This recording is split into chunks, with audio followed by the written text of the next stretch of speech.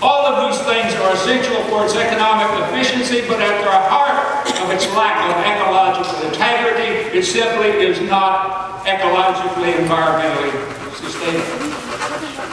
We see its lack of social sustainability and the demise and the disappearance of legitimate true family farming operations. We see the decline of rural communities and the decay of rural communities. It takes people, not just production, to support viable rural communities economically or socially. We see the decline in the threat to public health that's been mentioned several times from the food system, that the food it produces increasingly is causing health problems and is polluting the environment in rural areas. We see the persistent poverty as rural farmers, as family farmers are forced out of business by the large corporate-controlled operations. It's not socially sustainable. It's not socially responsible. As a consequence of that, it's not even economically viable. You see, as an economist, I can tell you that it's just common sense. Everything that's of any use to us, including everything of economic value, comes from the earth. Comes from the soil, the air, the water, the minerals. There is no place else. It all comes from the earth, everything of economic value. And once we move beyond self-sufficiency, then we have to rely on each other. We have to trade with each other. We have to share. So beyond self-sufficiency, all economic value requires that we have social relationships, that we be able to get along with each other in civilized, organized kinds of society. In other words, whenever you destroy the productivity and the health of the natural ecosystems, when you destroy the productivity and the integrity of the social or the human resources, there's no place else to get anything of economic value. And that's consistently what we've been doing. We're using up the usefulness of nature. We're using up the usefulness of society, and it's not even economically sustainable. We've created a food system that's lacking in social, ecological, economic integrity. Change is no longer simply an option, it is an absolute necessity. It's time for a food and farm revival. It's time for us to admit openly that this system that I helped build for the first half of my academic career, this industrial agricultural system, is not sustainable. We have to admit that. We have to change. We know what to change to. Just like in the old-time revivals, what we need to do is go back to those core, those basic values, to renew, recover, restore. That's what we need to do. Return to the traditional values of true family farmers. Family farmers traditionally were held in high esteem. Thomas Jefferson talked about the yeoman farmer, and he said that the yeoman farmer had those values of independence and virtue that were absolutely essential for democracy. And Jefferson didn't trust the financiers and the bankers and the business people, and didn't think they should be supported. About the same time, in the late 1700s, Adam Smith, who wrote Wealth of Nations, and he pointed out in there, he says that the family farmers, the farmers, he talked a lot about them in there. He says they're held at the highest levels of society in terms of prestige in India and China, and he said they would be everywhere if it were not for the pervading sort of endorsable corporate influence of that time. And he was going back and talking about Confucius that ranked farmers very high and the business and tradespeople at the bottom, as did Adam Smith, never trusted corporations. So in the East and the West, we see that the values, the traditional values of the independent family farms were held at high esteem. And in this country, and all across this country, the continent, until the 1850s, really, that's what we had, is we had family farms. That's what they were talking about then. And farming then wasn't just a business, it was a way of life. The family farmer sure had to make a living, but it was about a place to raise a family. It was a place to be a part of the community, to make a contribution. It was about taking care of the land, about being responsible stewards of the land for the benefit of society as a whole, and creating a permanent agriculture, as people like Sir Albert Howard and Rudolph Snyder and others talked about, for a permanent society. It was a patriotic duty. It was a virtue. Those are the values that we need to restore, revive. But we saw the transition of farming from a way of life to a business. It really began back in the mid-1800s, when it first began to mechanize. And then we came in with the railroads came across the country, and farmers began to expand beyond just meeting the family's needs and the needs in their own local communities. It's basically they'd done at that point. And so they started producing more food, and they started shipping it into the urban centers and so on. And as they did that, then they had to start dealing in with the corporations, the railroads, and the grain traders, and so on. And in order to maintain their independence and virtue, at that time they would form cooperatives so they could remain strong, but they could still have bargaining power against the big corporate interests of that time. And the number of farms would continue to grow, and they got larger in size as they become a little bit more industrial, but they continued to grow in numbers up into the early 1900s, which was kind of the high water mark really for farms, although they were making the transition to business. But then after World War II, everything changed. The factories that had built tanks started building tractors, farm tractors, and the munitions plants turned into producing nitrogen fertilizers, and the chemical warfare turned into producing pesticides. And we had today the beginning of this last big surge of industrialization. And we saw the farms get larger and larger and fewer beyond that time. And by the 1970s, we had lost half of the farms, the numbers that we'd had back in the early 1900s. And then we began to build up and increase production, and we were going to feed the world with the growing exports during the 70s. But then we come in with the economic recession of the 1980s, when the export markets collapsed and farmers were caught with high debts and record high interest rates, and farm failures and foreclosures and suicides all across the country. Within a decade, we lost another quarter of those farmers. And we had transformed this thing that started as independent family farms with the independence and virtues into an industry. Farms had become a business, not a way of life anymore. We saw something similar in the food manufacturing or processing industry, again with the packers, the big meat packers that built up of the transportation of the railroads in the early 1900s. And by 1921, they had to have the Packers and Stockyards Act and Packer Consent Decree, because 4 or 5 large packers basically controlled the industry. I worked for one of those big packers right out of undergraduate school, Wilson Packing Company, the 4th largest in the country at that time.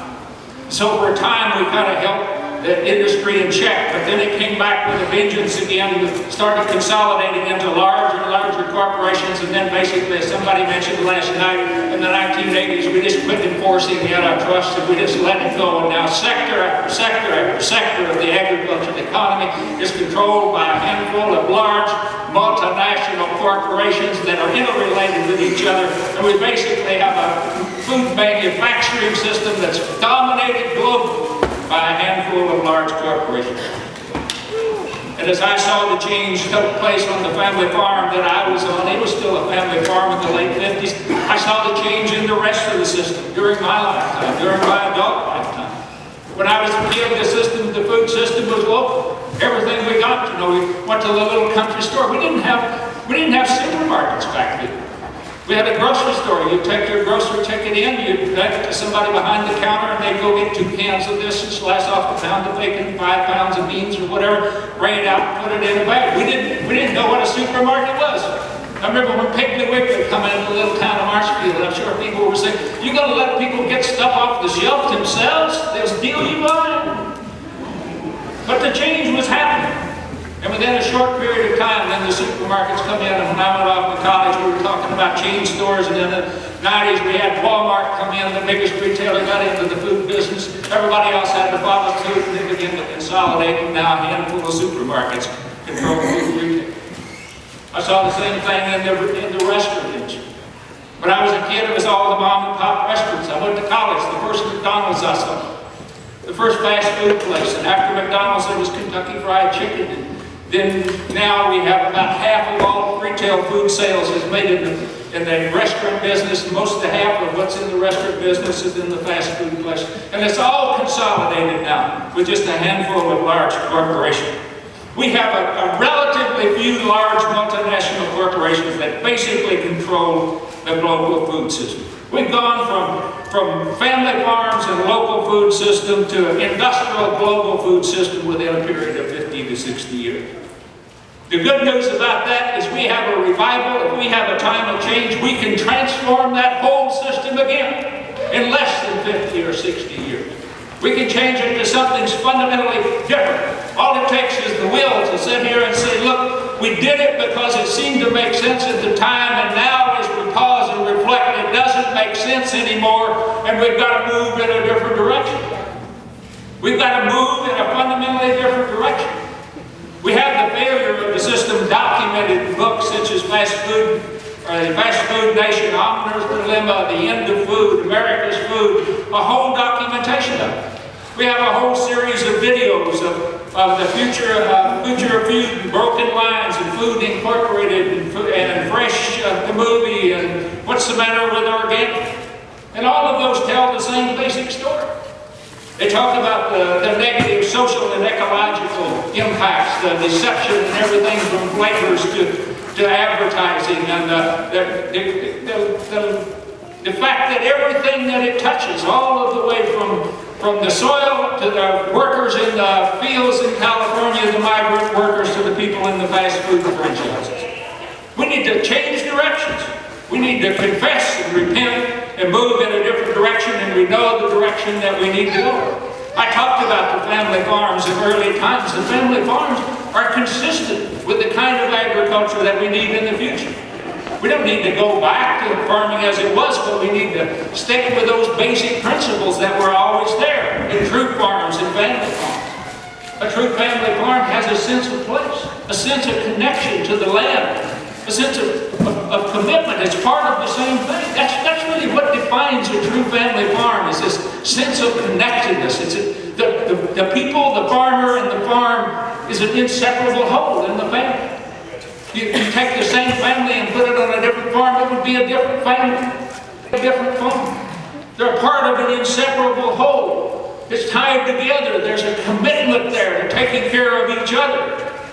A family farm is a place where there's a sense of family.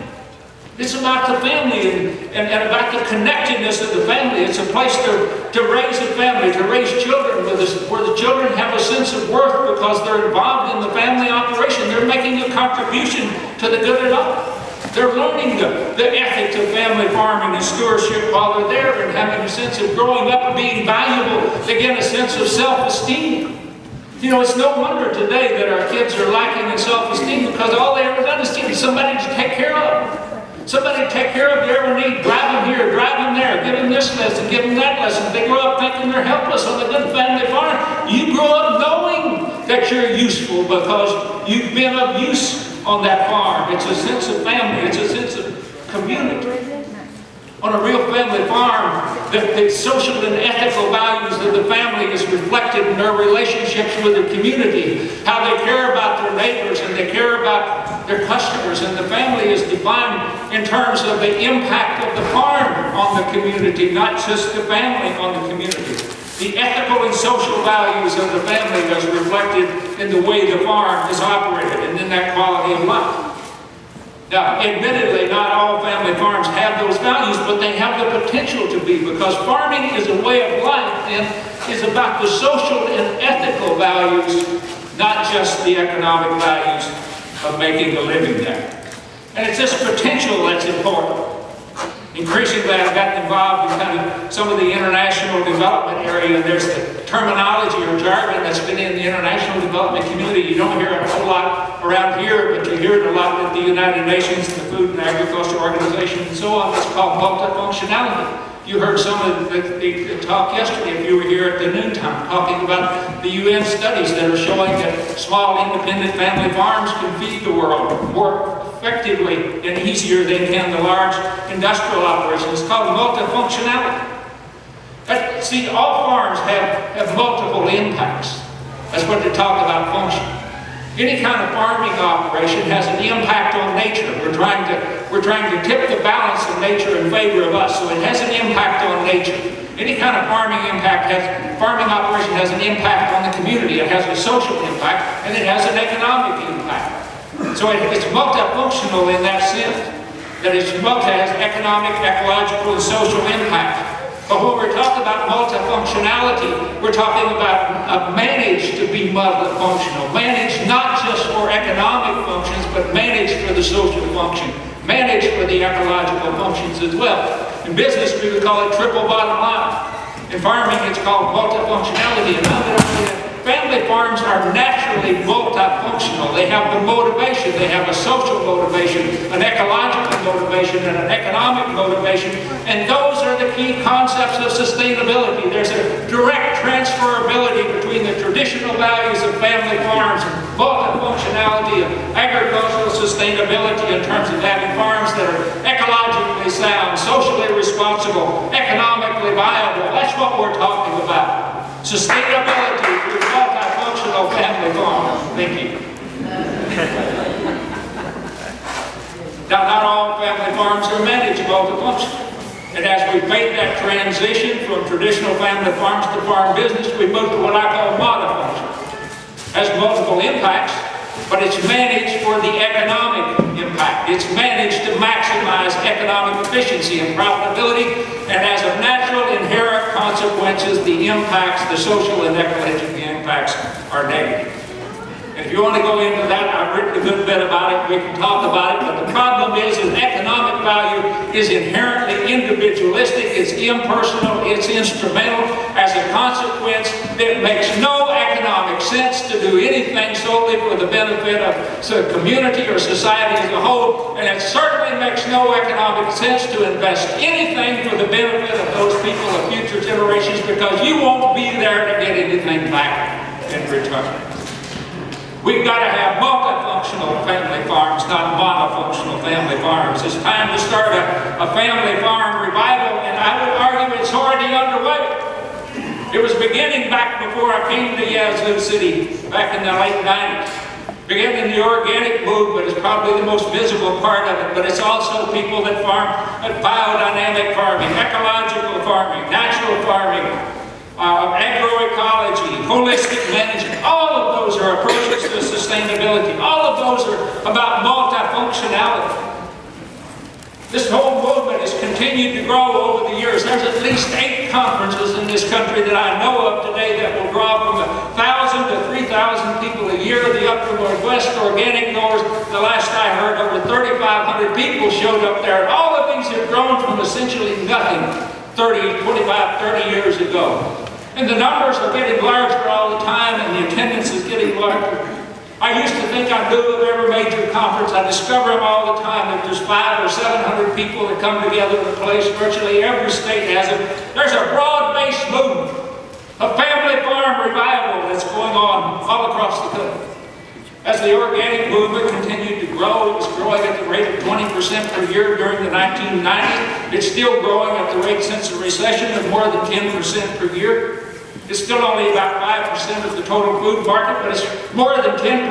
The last figure I saw, 12% of future vegetables are now organic. As we begin to move organic into the larger industrial kind of food chains, then we begin to see the emergence of the local food system, the local food revival. I think we need both. We need the impersonal transactions of certified organic, but we need those local connectedness within communities to build community, rather than just having agricultural food. Whereas the organic food's now something over $30 billion. The estimates are on local, it's about 11 or 12 billion, but I don't think anybody knows how big the local food movement is. It's so pervasive. Everywhere I go, everywhere you go, that there's always something new and things are trying something different. You know, we've heard earlier about the farmers markets, and I agree with our keynote speaker this morning. I think that's where things start. They're important in terms of connectedness and establishing value. They've increased fourfold over the past 20 years, from less than 1,800 to more than 8,000, according to USDA. CSAs across the country went from nothing 30 years ago to over 2,700, again according to USA. You heard the slow food movement all across the country, around the world. Good, clean, fair food. That's an overarching sort of principles that's driving these whole things. You know, we need to confess our sins and to talk about what we've done wrong, but really it's the desire to move forward to something better that brings about the conversion. That's what those old-time preachers were talking about. The glorious life, the happiness that comes when you change and move in a fundamentally different direction. And that's where we're going today. I think the new food system is emerging. We're creating a new food system. We're going to replace this whole plastic thing within the next 30 or 40 years. I don't know how long it's going to take, but what we have is not sustainable. I think the model myself is coming out of what we call the food hubs, and you've heard them here.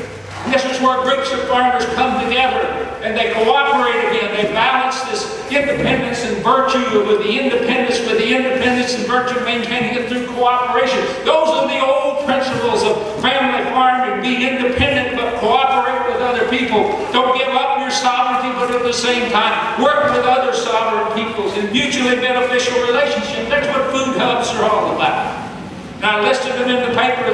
That's some that you can go to, and there's so many you can't keep up with. But grown locally up in Cora, Iowa, started off 20 years or so ago with about a dozen farmers. Now they've got, I don't know, something less than 20. But they've come together and they've lasted over the long period of time. But they go together and cooperate together and serve the market. They make it more accessible for the consumers. You can have CSA shares, you can have standing orders, you can order week to week, they can go to the farm, pick it up, go to a delivery point, they'll deliver it to you, a whole range of things.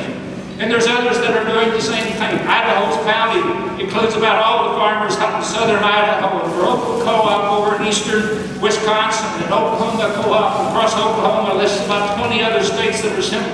USDA says there's something like 235 of them. I don't think anybody knows how many. I heard somebody say 3,000, I don't know, maybe somewhere between 235 and 3,000. It's a movement going all across the country. What they're trying to do is make it affordable, accessible, not cheap food, but it has to be accessible. You know, driving 2 hours to get 2 dozen eggs and back just doesn't make a whole lot of sense. We've got to make it accessible. Not cheap food. Cheap food doesn't provide food security. It doesn't provide sustainability. We've got to find ways to kind of scale up some of the efficiency without compromising the ecological and social integrity of the process. Balance independence with cooperation. The revival is out there. The encouraging thing is the number of young families that are involved, and young people. Increasingly, these conferences, they have a lot of young families, young people that are coming in. This is where the energy is coming from for the future. We aren't going back to 40 acres and a mule, but we may have land reform that takes us back to the same principles that were out there in making land accessible. I know there's a couple of young people here I was at a conference with. They're working with a group that's trying to make more land accessible, and we need to explore ways of doing that. These young people have the technical know-how to manage and coordinate these hubs. These young people have the savvy of the social media that they can use to promote the concepts and promote the ideas and bring about better policies for our future. We need that energy, and that's the creativity. We're building something fundamentally new and different. Nobody knows how to do it. But I've got confidence and I've got faith in these young people that they'll figure out how to do it. The challenges are great, folks. They're daunting. But you know what? It's still as simple as it was in the days of the old-time revivals. It's going back to those core principles. Sustainability, meeting the needs of the present, all of the present, leaving equal opportunities for the future. That's the golden rule, folks. It's the golden rule within and across generations. It simply says that we should do for those people of future generations as we would have them do for us if they were here today and we were of that generation. That's not radical. That's not way off the wall. That's not some hippie backwoods thing. That's just the solid core principles. That's been the foundational principles of every religion and every growing philosophy throughout history. That's all we have to do with this Bible. Stop and reflect and say where we are. Restore, renew. Restore and reclaim the spirit. Reclaim the soul individually and collectively. That's what we need to do. Go to multifunctional life, go to responsible, economically viable. All we have to do is return to being fully human again.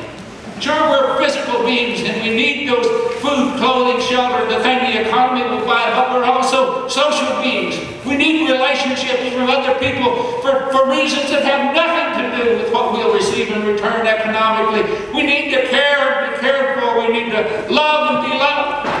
And we're purposeful beings. We're ethical, moral beings. We need a sense of rightness and goodness in what we do. That's what we're talking about.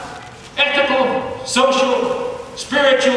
That's what we're talking about. Physical beings. Return to being fully human again. That's what the revival is about. That's the key to a fundamentally better food system, a better economy, and a better world. Local foods, local farms, a revival, sustainability, building a better future for ourselves, for our community, and for humanity. Thank you very much.